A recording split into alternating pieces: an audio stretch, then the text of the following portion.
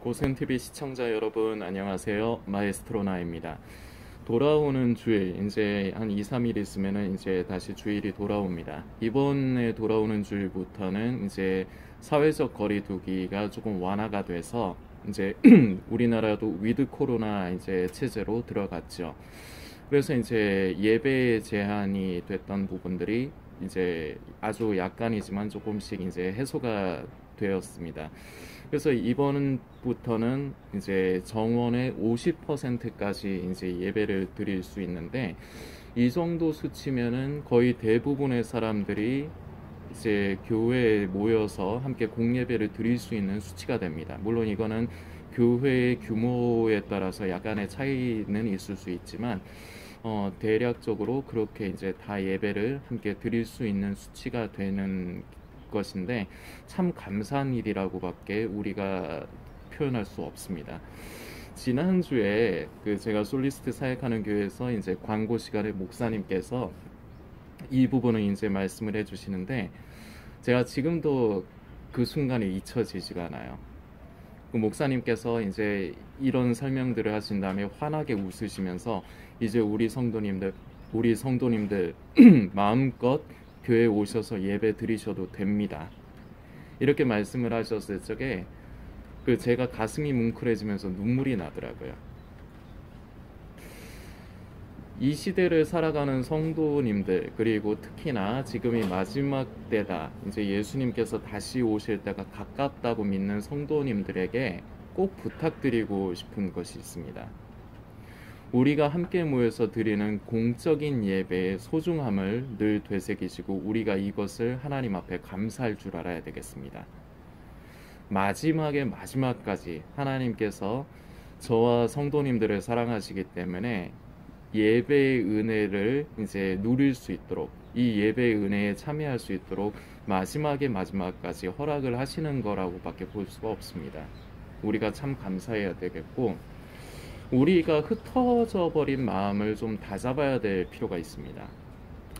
코로나가 이제 전 세계를 강타한 뒤로 이제 전무후무한 일이지만, 교회의 예배가 제한되는 일을 이제 우리가 이미 겪었습니다. 그래서 교회를 가지 못하고 온라인으로 이제 예배를 드리는 이제 그런 것들을 좀 여러 차례 경험을 했는데, 그리스도 두 가지 부분을 우리가 유념을 해야 됩니다. 이 부분도 좌로나 우로나 치우치면 안 되는데, 자, 먼저 예배라는 것은 나의 만족과 유익을 위한 것이 아닙니다. 예배라는 것은 내가 하나님께 예배를 드리는 것이죠. 예배를 본다고 하는 이제 표현을 쓰시는 분들이 있는데, 이제 좀 그 습관을 좀 바꾸시길 바랍니다. 예배는 보는 게 아닙니다. 예배는 눈으로 보는 게 아니에요. 물론 그런 의도의 마음을 가지고 계시지는 않지만, 은연중의 표현을 예배 본다라고 표현을 하는 분들이 아직도 있습니다. 예배는 드리는 겁니다. 우리가 하나님을 섬기는 겁니다. 여러분들께 이 예배의 의미를 조금 피부에 와닿게 좀 설명을 해드리고 싶어요. 여러분들 아기들의 재롱을, 자식들의 재롱을 기억을 하십니까? 이미 자식들이 좀 많이 커버렸으면 좀 징그럽죠, 이제는. 그런데 그 아기였을 적을 한번 생각을 해보세요. 물론 때로는 내가 아무리 부모이지만 내 새끼가 나를 짜증나게 하고 괴롭게 할 때가 분명히 있었습니다. 그럼에도 불구하고 내 새끼라는 이유로, 내가 배 아파서 난 내 새끼라는 이유로 정성껏 돌보시고 기르셨죠. 참 이 세상에 있는 우리 그 부모님들은 한편으로 참 위대한 존재들입니다. 자, 그런데 이 아이가 나에게 재롱을 주면서 참 괴롭게 하는 순간도 있지만, 재롱을 피우고 엄마 아빠 하면서 그 품에 안기려고 어리광을 부리면서 달려올 때 그 모습이 사랑스럽지 않은 부모는 없습니다. 그 부모는 너무나도 그 자체가, 자식이 엄마 아빠를 부르면서 아장아장 걸어서 내 품에 와서 안기려고 하는 것 자체가 부모에겐 큰 기쁨이에요. 자, 그 기쁨을 누릴 때 부모는 아이가 달려올 때, 나에게 안기려고 올 때 그 아이를 꼭 안아줍니다. 아이는 그럴 적에 부모의 사랑을 피부로 느끼게 됩니다. 이게 마치 예배의 느낌과 같아요. 우리가 하나님을 기쁘시게 하고 만족해 하기 위해서 섬기기 위한 것이 예배인데, 그렇게 했을 때 우리가 마음을 다해서 우리가 중심으로 하나님을 예배했을 때 우리 하나님께서 마치 어린아이가 아까 이제 설명드린 부모에게 엄마 아빠 하면서 안기려고 올 때 그 흐뭇함, 그 기쁨, 그것을 우리 하나님께서 저와 성도님들을 통해서 얻으시는 겁니다. 그리고 그 하나님께서 그런 자녀인 어린아이와 같은 우리를 안아주실 때 우리는 그 부모님의 사랑, 엄마 아빠의 사랑을 느끼듯이 우리는 하나님의 은혜를, 성령님을 우리는 더 많이 얻고 누리고 경험을 하게 되는 것입니다. 그런데 이처럼 참 이 예배라는 것이 중요한데 이제 사회적 거리두기, 이 코로나로 인해서 이제 사회적인 분위기가 이제 상태가 이제 심각하면 우리는 또한 이 나라의 국민으로서 우리 기독교 신앙을 가지고 있는 예수님을 믿는다고 하는 우리가 오히려 더 신앙이 없는 사람들보다 솔선수범을 해야 되는 부분이 하나가 있습니다. 그리고 조금 그 직전에 말씀드린 우리가 이 예배에 대한 중요성과 이 예배의 기쁨을 회복을 해야 됩니다. 이 두 가지가 어느 한쪽으로도 치우치지 않고 균형을 잘 잡아야 됩니다. 이것이 치우쳐서 균형을 잇는 순간 성도는 병들기 시작합니다. 예배가 중요하다면서 사회에 무리를 일으키고, 그런 사람들 많죠. 정광훈 같은 사람, 저는 목사라고 표현 안 합니다. 따지고 싶으면 오라고 하십시오. 댓글 달면은 저는 우스갯소리 하는 겁니다만, 댓글 달면은 만나줄 용이 있습니다. 그 사람 항상 하는 말이 있죠. 우리나라 자유민주주의 국가다, 종교의 자유가 있다. 예, 맞아요. 그런데 자유에는 책임이 따르는 겁니다. 이거는 국민학교에서 안 배웠나요? 네, 그분이 자기 마음대로 자기 멋대로 하듯이 저도 그분을 목사로 인정하는 건 제 마음입니다. 자, 이러면은 논리가 똑같죠. 그러니까 제 마음대로 하는 겁니다. 저는 목사라고 인정 안 해요. 그런 사람들로 인해서 교회가 핍박을 받고 박해를 받고, 이미 기독교는 사회 악으로서 이제 그 존재가 굳어진 지가 오래가 됐습니다. 이렇게 되면 안 돼요. 그렇다고 해서 코로나 때문에 예배 드리는 것을 겁내고 무서워하고 사회의 비난과 눈초리를 무서워해서도 안 됩니다. 이래서 균형을 잘 잡아야 된다는 거예요. 예배에 대한 이 은혜가 우리에게 회복이 되어야 우리는 건강한 그리스도인으로 다시 오실 예수님을 두려움과 염려가 아닌 소망과 위로로서 우리는 예수님의 다시 오심을 기다릴 수가 있습니다. 그리고 순결한 신부로서 우리는 준비되어져 갈 수가 있는 것입니다. 지금 이 시대는 성도라고 하는 사람들과 이제 교회 다니는 사람들이 선을 긋는 말이 있습니다. 이제 불신자, 신자 이렇게 선을 긋는 거죠. 네 편 내 편 하듯이. 자, 그런데 아이러니한 문제가 있습니다. 선을 그어서 불신자라고 하는 그 지칭하는 사람들과 신자라고 하는 사람들이 차이점이 없어요. 그리고 더 직접적으로 말씀드려서 지금이 마지막 때다, 이제 예수님 오실 때가 가깝다, 깨어 있어야 된다고 말을 하는 사람들과 세상에 믿지 않는 사람들과 차이가 없습니다. 삶이 변화되지 않고 삶이 똑같습니다. 그 인간의 천연적인 우리가 타고나는 인격과 성품을 그대로 유지하면서 살아갑니다. 이것이 왜 그러느냐? 예수님을 믿고 있다고 생각하지만 예수님을 믿지 않는 거예요. 예수님을 믿음으로 구원받는다는 걸 머리로 아는 것뿐이에요. 사도 바울이 다메섹 도상에서 예수님을 만남으로 이전의 사울의 삶에서 바울의 삶으로 변화가 됐습니다. 사람이 근본적으로 변하는 것은 예수님을 진정으로 만날 때, 성령님께서 우리의 양심과 마음을 만져주실 때 우리는 변화가 됩니다. 진정으로 예수님을 믿는 사람들의 가장 큰 특징이 함축적으로 한마디로 말씀드리면 변화입니다. 세상의 사람들과 똑같은데, 삶과 모든 것이 똑같은데 나는 예수 믿는 사람이다, 의미가 없는 거예요. 나는 마지막 때 지금 깨어서 예수님을 기다리는 사람이다, 의미가 없는 겁니다. 똑같은 겁니다. 예수를 믿지 않고 교회를 다니지 않는 사람들과 똑같은 겁니다. 진정한 변화는 다시 말씀드리지만 하나님께서 우리를 만나 주실 때 우리 안에서 진정한 변화가 일어납니다. 그런데 이 진정한 변화를 위해서, 하나님을 만나기 위해서 우리는 이 예배에 대한 중요성을 우리는 다시금 되새겨야 됩니다.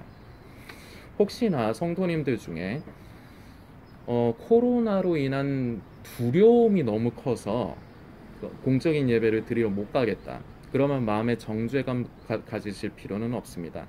온라인으로 예배를 드리시되 대신에 철저하게 하나님 앞에서 시간과 몸 상태, 마음가짐의 상태를 단정히 하십시오.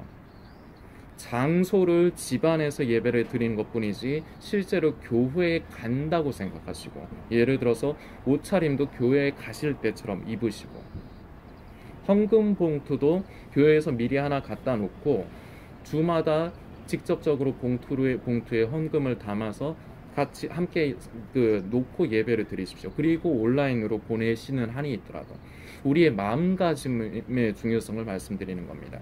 그리고 가능한 한 예배를 드리는 시간을 정확하게 지키십시오. 실시간으로, 예를 들어서 제가 지금 솔리스트 사역하는 교회는 아침에 9시 반 예배 그리고 11시 예배 때 실시간으로 이제 송출을 합니다. 그 시간을 정확하게 지키시라는 겁니다. 이미 녹화되어 있는 걸 보면서 그걸 예배 드리는 거라 생각하지 마십시오. 지금 이 시대에 코로나로 인해서 온라인 예배가 점점 이제 좀 퍼지다 보니까 이게 이제 성도들이 많이 병들고 이게 좀 성도의 정체성을 잃어가는 겁니다. 이미 많이 무너졌습니다. 이래서는 안 됩니다.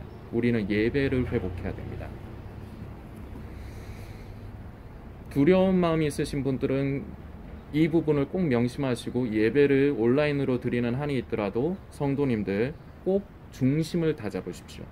하나님을 향해 집중하십시오. 그리고 사실상 교회가 가장 안전합니다. 왜냐? 교회에서는 마스크를 벗을 일이 없어요. 교회에서 요새 식당 운영 안 하지 않습니까? 혹시라도 이 영상을 보시는 성도님께서 섬기시는 교회에서 식당을 주일에 운영을 한다, 목사님께 적극적으로 건의를 드리셔서 하지 마십시오.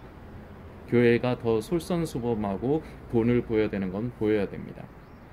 그러나 요새는 이제 식당에서 이제 그런 거를 안 하기 때문에 교회에서 사실상 마스크를 벗을 일이 없습니다. 그리고 대부분 손소독이라든지 발열 체크라든지 이런 것들을 철저하게 요새는 하고 있습니다. 혹시나 이런 부분들이 미비하다면 이것 또한 목사님께 건의를 하십시오.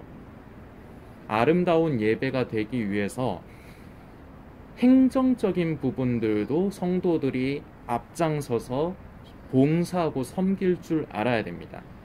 혹시나 이제 목사님이나 교회의 이제 장로님들이 연로하셔서 뭐 요런 거를 잘 못하시고 조금 어눌하시다, 그러면은 이 영상을 보시는 성도님이 앞장서서 그런 것들을 잘 챙기십시오. 체온 체크도 하시고, 그리고 방명록 작성하는 것도 잘 하시고, 꼭 손소독 시키시고, 그리고 예배 자리에 보통 부부나 가족이 오면은 붙어서 앉습니다. 그게 잘못된 거예요. 부부나 가족이라 할지라도 교회에 왔을 적에 예배를 드릴 때 지금 같은 상황에선 거리를 두는 것이 맞습니다. 이런 것들 하나하나가 무너질 적에 교회가 잘못하면 사회 악으로서의 그 이미지가 더욱더 굳어갈 수 있다는 것을 성도님들께서 꼭 기억을 해 주십시오. 예배가 무너지다 보니까 성도들이 많이 방황합니다. 정체성을 잃어가고 있습니다. 그리고 이미 많이 잃어버렸습니다. 하나님께서 점점 알곡과 쭉정이를 가르시는 것이 눈에 띄게 보입니다. 바로 이 코로나 사태가 제 눈에는 1차적으로 알곡과 쭉정이를 가르는 것 같습니다. 이미 떨어져 나갈 사람들은 떨어져 나갔습니다. 그러나 떨어져 나갔다 할지라도 혹시나 지금 영상을 보시는 분이 그런 분일 수 있습니다. 괜찮습니다. 어떻게 하면 되느냐? 돌아오면 됩니다. 예배에 대해서 두려움을 갖지 마십시오. 오히려 현실적으로 봤을 때도 교회가 더 안전합니다. 우리는 예배에 조금, 제가 좀 이제 더욱더 강조해서 말씀드리는 표현이지만, 우리는 한편으로 예배에 목숨을 걸어야 됩니다. 우리는 예배를 통해서 하나님을 기쁘시게 하고 하나님의 은혜를 또한 우리도 맛보고 하나님과 우리가 서로 사랑하고 기쁨을 누리는, 이것을 회복하는 시간이 바로 예배의 시간임을 꼭 기억하셔야 됩니다. 마지막 때를 관심하는 성도님들 중에 배도의 문제로 인해서 교회에 나가는 것을 꺼리는 분들이 있습니다. 그러나 이 부분을 생각을 해 주셔야 됩니다. 물론 우리가 공개적으로 예배를 드릴 수 없는 그런 상황이 되면 우리는 숨어서라도 가정에서라도 예배를 드려야 됩니다. 그러나 아직까지 하나님께서 어떻게 해서든지 공적으로 예배를 드릴 수 있는 은혜를 허락하고 계십니다. 우리는 이 예배를 통해서 우리의 생명이 자라야 돼요. 마르고 메마른 땅과 같이 갈라져 버린 땅과 같은 우리의 심령이 성령님의 단비를 통하여 우리는 풍성한 풍족하고 비옥한 땅이 되어야 됩니다. 우리의 마음밭이. 예배를 등한시 여겨서는 안 됩니다. 자꾸 배도의 부분을 생각해서 이 교회는 옳지 못하다 그렇게 생각하기 전에 지금 섬기고 있는 교회나 알고 있는 교회가 그렇다면 그렇지 않은 교회를 찾으시는데 애를 쓰십시오. 참 안타깝습니다. 마지막 때라고 말하는 사람들을 보면은 이렇게 무슨 교회는 배도한 교회다 그래서 막 교회를 배척하려고 하고 교회를 떠나려고 하는 거는 너무 쉽게 얘기를 하는데, 그러면은 그렇지 않은 참 은혜스러운 교회가 아직도 분명히 남아 있거든요. 제가 지금 솔리스트 사역하는 교회도 그런 교회입니다. 그런 교회들을 찾는 노력을 하지를 않아요. 이건 잘못된 겁니다. 그러면서 그냥 가정에서 끼리끼리 모여서 예배드린다.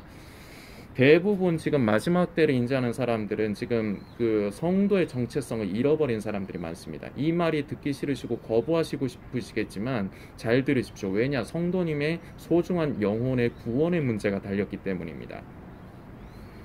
내 생각과 내 의를 따라서 내 생각에 옳은 대로 믿음을 만들어버리고 신앙을 만들어버립니다.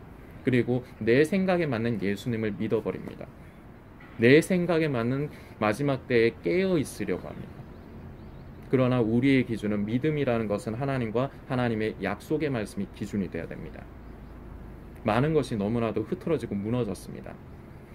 지금 가정 예배를 드리고 계시거나 지금 생각하시는 분들 아직은 아닙니다. 어떻게 해서든지 아직까지 하나님께서 긍휼을 베푸시고 은혜를 베푸시는 교회를 찾으십시오. 무슨 짓을 하더라도. 왜 하나님 앞에서 그런 애씀과 애통함과 그런 애타는 마음은 왜 안 가지십니까? 스스로를 성도라고 하면서 잘못된 길에서 떠나야 됩니다. 떠나면 됩니다. 하나님께서는 그걸 바라시고 우리가 아버지 품에 다시 돌아오기를 바라시는 것을 성도님들께서 꼭 기억해 주시길 부탁드리겠습니다.